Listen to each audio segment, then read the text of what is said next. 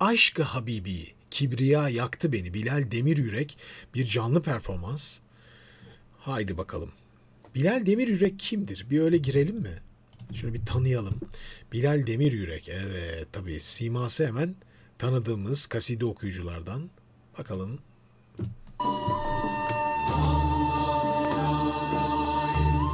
...9 dakika bu arada. Uzun bir taksim var herhalde. Şurada giriyor. Araları geçeceğim süreyi kısaltmak için. Burada başlıyor. Karar. R karar. R.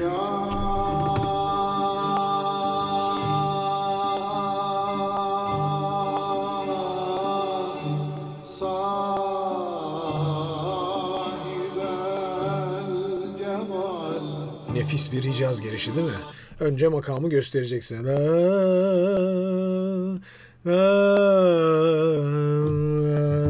Hem kararı gösterecek hem girişte ya bu bir Hicaz makamı güvenine sahip olacaksınız.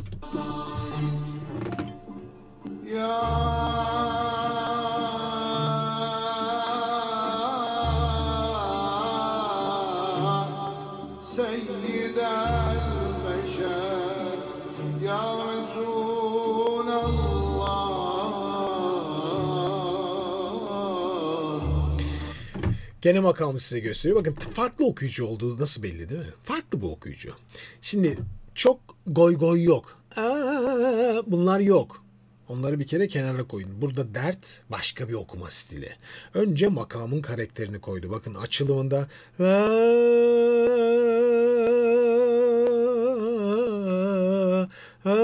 minik çarpmalarla size gene o inişlerle o güzel böyle bir yedili tatlı bir gösteriş, tekrar küçük çarpmalarla ama net çarpmalarla, sürprizsiz çarpmalar. Bakın çarpmaları tek tek inceleyin.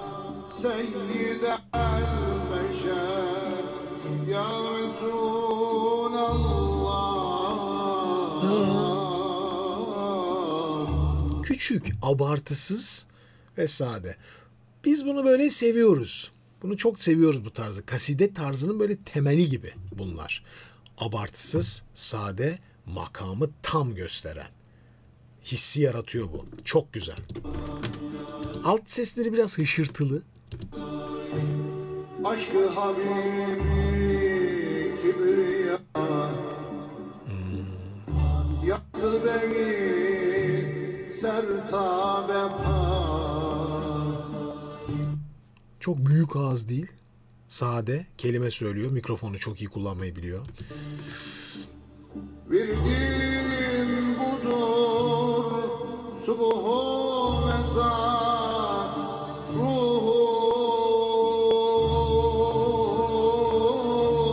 Muhammed Mustafa olsun.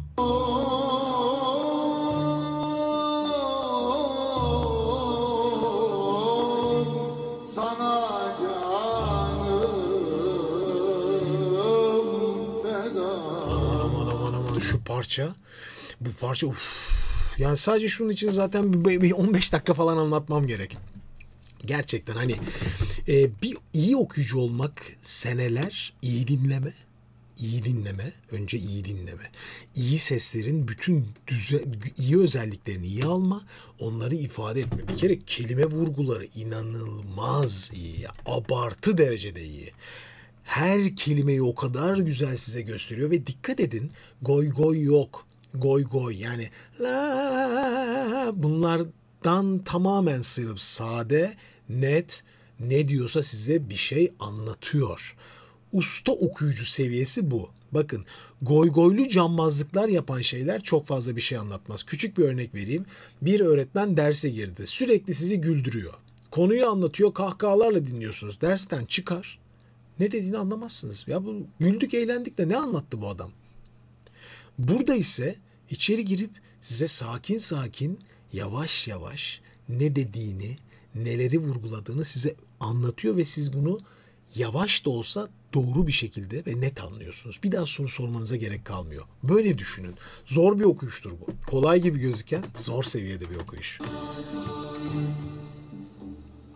Allah Bir de tizlere çıktığı zaman böyle bangır bangır bağırarak çıkmadı dikkat ederseniz. U sesini tutarken böyle ortalama bir güçte tuttu. Bu da mikrofonik beceri. Çok iyi bir mikrofon okuyucusu bu arada.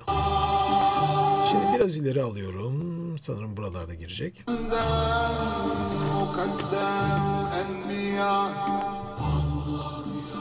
Aldı bütün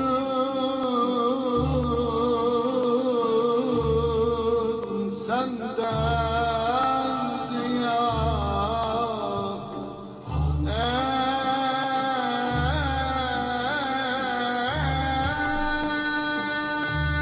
Ey nuru çekmi evliya ruhum Muhammed Mustafa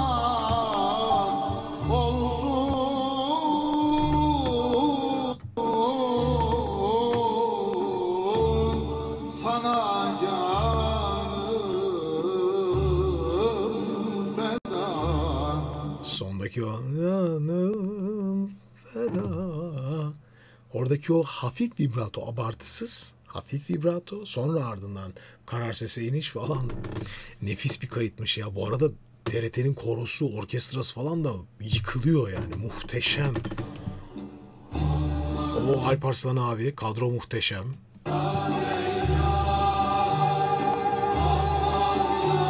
Geçiyorum. Tize gelecek şimdi. Geliyor. Hızlandı.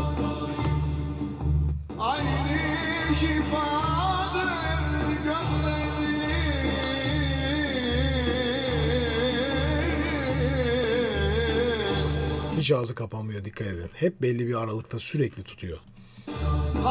Görüyorsunuz.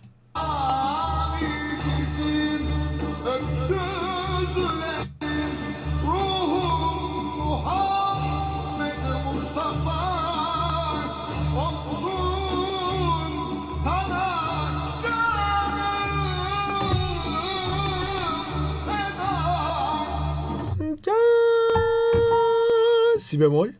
Müthişti değil mi? Beklenmedik sürpriz. Yani bütün böyle orta tonda giderken bir anda tak diye tepeye. Gene usta okuyuculuk. Gene usta okuyuculuk. Küçük küçük. Sesi önce göğüs sesinden orta tona geçirdi. Orta tonda gezdi ısındı. Bakın 4,5 dakika oldu. Isındı ve orada artık ses açıldığını anlayıp genişliği bulduktan sonra, kesinlikle kapalı ağızla değil. Ondan önceki A sesleri açıktı. Yukarıya hazırlıyordu.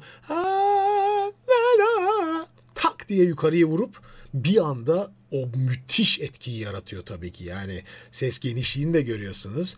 Geri gelelim mi? Birinci ve ikinci bugün izlediğimiz şarkıcılara. Dedim ya, her şey çok güzel giderken makamı hissediyorsun, kasideyi hissediyorsun ama arada o ses genişliğinin de etkisi girdiği zaman artık bir süre sonra teslim oluyorsun. Müthiş. O kısmı bir daha alalım mı?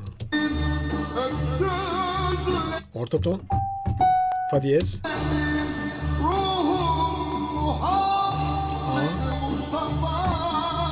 Sol.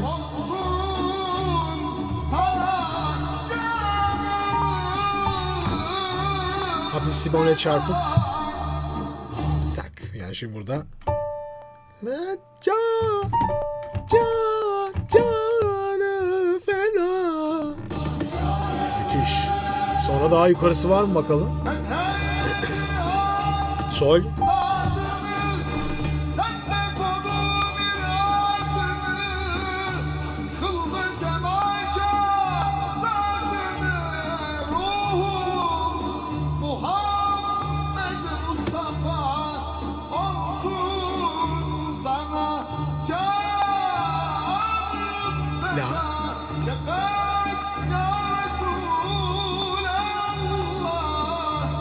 Yani buralar zor.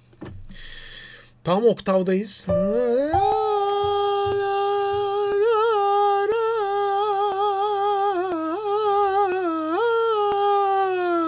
Hem arkada büyük bir grup size ses veriyor. Korkunç bir orkestra. Güçlü çalıyorlar. Ve siz onun önünde bu tonda durarak sürekli ses tutuyorsunuz. Bir süre sonra yorulmalar başlıyor. Bir ara bir la'da Arkaya gider gibi oldu A sesini alırken. Ama genelde sesi parlak önde tutmak için çok çaba harcıyor ve keskin bir yerde geliyor ses gerçekten. Dinlenme bölgeleri gerekiyor okuyucuya. Ve muhtemelen daha da tiz geliyor. Re, karar.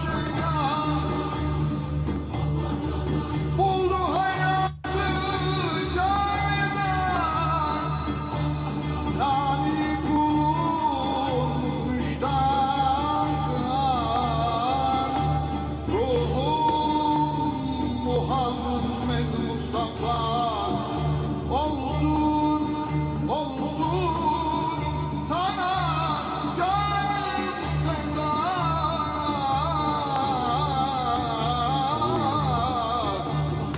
Medet ya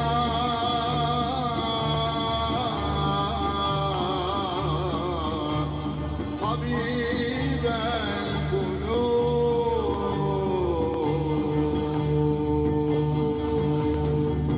Gerçekten nefis. Tam anlamıyla çok güzel bir bariton renk. Kaliteli, yani güzel, yumuşak. Tiz sesleri böyle hiç size batmayacak. Çok sert değil. Tatlı, çok iyi bir bariton renk bence. Yüksek baritona da çalan. Çok önemli değil bence de. Şöyle böyle şuymuş buymuş. Detaylarına ben çok girmek istemiyorum. Ama okuduğu karakter yukarıları da olan bir bariton. Fakat bence yani bütün okuyuşun en etkileyici yanı makam karakterini o kadar iyi veriyor ki, yani o Hicaz'ı tatlı tatlı işleye işleye pese inerken de öyle küçük çarpmalarla. Bu okuyuş çok, yani günümüzde bunlara çok sık rastlayamıyorsun çünkü kulaklar çok bozuk. Çoğunluğu hep böyle goygoya dönük, yani çok hareketli, çok numara seven, yani Hicaz'da numara, hele Hicaz makamı zaten abartmaya çok müsait bir makam. Yani o kadar çok Hicaz üzerinde Hicaz seviyoruz ki biz toplum olarak Hicaz aşığıyız bence. Hatta coğrafya bile aşığı yani. O nedenle çok abartılmaya müsait ama bu sadelik yani kusursuz bir his veriyor size. Kusursuz. Tam bir kaside. Tak. Harika. Gerçekten usta işi. Ne diyebilirim? Mükemmel. Kendisi acaba yaşıyor mu şu anda? Bilal Demirürek. Zaten bakın kimle beraber? İsmail Hoca ile berabermiş yani. Yani dedim ya, önce dinleme vesaire, bu ustalık gerektiren şeyler. Acaba Özgün araştırdın mı? Bakar mısın? Bir bakarsan Bir çok araştırayım sevinirim. hocam. Çok sevinirim. Peki.